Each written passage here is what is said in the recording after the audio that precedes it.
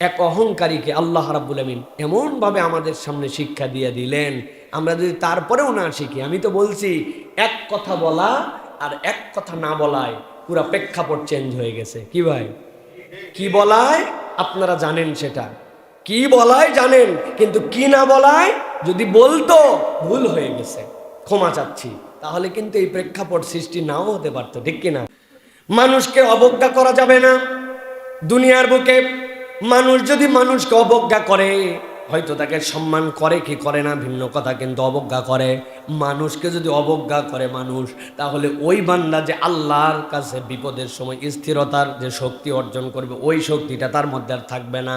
এই জন্য আল্লাহ রাব্বুল আমিন সূরা লোকমানের মধ্যেই আবার নির্দেশনা দিয়েছেন লোকমান আলাইহিস সালামকে দিয়ে, তার সন্তান তথা আমাদেরকে আল্লাহ জানাচ্ছেন কোরআনের 31 নম্বর সূরা, এই সূরার 18 নম্বর আয়াতের মধ্যে আল্লাহ রাব্বুল আমিন বলছেন, ওয়ালা তুসাইর খাদ্দাকা লিন্নাস ওয়ালা তামশি ফিল আরদি মারহা ইন্নাল্লাহা লা ইউহিব্বু কুল্লা মুখতালিন ফাখুর।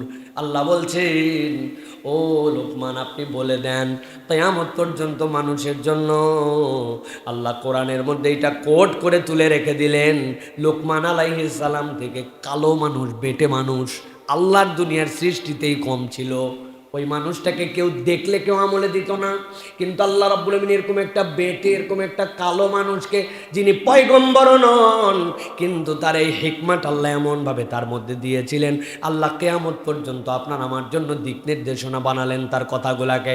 আল্লাহ বলছেন, ওয়ালা তুসাইর খাদ্দাকা লিন্নাস, আপনি আপনার গালকে কখনো মানুষের জন্য গালি কারক হিসাবে বানাবেন না। 2 নম্বর, ওয়ালা তামশি ফিল আরদি মারহা, এই জমিনের বুকে ভাব সাপ দেখায়া জমিনের বুকে দাম্ভিকতা নিয়ে চলবা না। তাহলে মুখটাকে গালি এই মুক্ত করে দিতে হবে, যে মানুষকে আমি একদম হেয় করি, মানুষকে অবজ্ঞা করি। অবজ্ঞার ক্ষেত্র কয়টা? 2টা, একটা কথায় আরেকটা হচ্ছে আচরণে। আল্লাহ বলতেছেন কথাটা তোমার যেন কখনো মানুষকে হেয় করে না হয়, মুখ ভর্তি গালি, কথা বললে অবজ্ঞা, ধরনটা এমন যে মানুষকে গুনেই না, এরকম একটা ভাব নিয়ে চলাফেরা করে। আর 2 নম্বর, মোশান, চলাফেরা, দাম্ভিকতা, ভাব ভঙ্গি, এটাতে বোঝা যায় আল্লাহ বলছে, ওয়ালা তামশি ফিল আরদি মারহা, অহংকার করে এই জমিনে চলো না। আল্লাহ বলছেন, ইন্নাল্লাহা লা ইউহিব্বু কুল্লা মুখতালিন ফাখুর, আল্লাহ প্রত্যেক অহংকারীকে আল্লাহ রাব্বুল আমিন ধ্বংস করবেন, অপছন্দ করেন। আল্লাহ রাসূল সাল্লাল্লাহু আলাইহি সাল্লাম থেকে হাদিসে কুদসির মধ্যে আসছে, আল্লাহ রাব্বুল আমিন বলছেন যে অহংকারটা হচ্ছে হৃদয়, এটা হচ্ছে আমার চাদর, আমার চাদর ধরে তোমরা টানাটানি করো না। তুমি মানুষ কি, তুমি যে তুমি অহংকার করবে, ভাব দেখাবে। এই জন্য প্রিয় ভাইরা, আমরা কিন্তু না চাইলেও অনেক সময় আমাদের আচরণ, বাচনভঙ্গি, চলাফেরায় অহংকারের প্রকাশ পেয়ে যায়। সুন্দর জামা কাপড় পরা, সেজেগুজে চলা, এটা অহংকার নয়। সাহাবী বলছেন, ইয়া রাসূলুল্লাহ, আমার তো নতুন জুতা পরতে ভালো লাগে, জামা কাপড় তো সুন্দর পরতে ভালো লাগে, এটা কি অহংকার? নবীজি বলছেন, না, অহংকার ওইটা তুমি জেনে বুঝে সত্যকে অস্বীকার করো, আর তুমি তোমার তুলনায় মানুষকে নিচু ভাবো, ওইটা অহংকার। একটা মানুষ সুন্দর জামা কাপড় পরতেই পারে, কিন্তু এটা পরছে আমি, বাকিরা নিচু।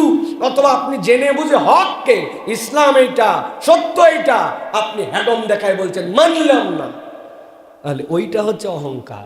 এক অহংকারীকে আল্লাহ রাব্বুল আমিন এমনভাবে আমাদের সামনে শিক্ষা দিয়ে দিলেন, আমরা যদি তারপরেও না শিখি। আমি তো বলছি এক কথা বলা আর এক কথা না বলায় পুরা প্রেক্ষাপট চেঞ্জ হয়ে গেছে। কি ভাই, কি বলায় আপনারা জানেন, সেটা কি বলায় জানেন, কিন্তু কি না বলায় যদি বলতো ভুল হয়ে গেছে, ক্ষমা চাচ্ছি, তাহলে কিন্তু এই প্রেক্ষাপট সৃষ্টি নাও হতে পারতো। ঠিক কিনা?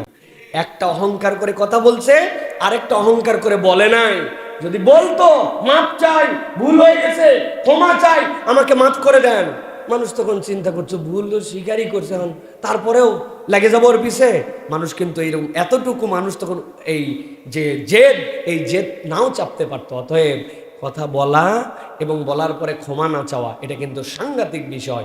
এই জন্য প্রিয় ভাইয়েরা, আমরা আমাদের আচরণে, আমাদের কথায় যেন আমরা অবশ্যই আমরা অবজ্ঞার দৃষ্টিভঙ্গি কাউকে না দেখায়। আপনার সাথে মতের ভিন্নতা থাকতে পারে, তার সাথে থাকতে পারে না ভাই? আপনার সাথে মতদ্বৈততা তার থাকতে পারে না, কিন্তু আপনি যদি অবজ্ঞা করেন এটা খুব সাংঘাতিক।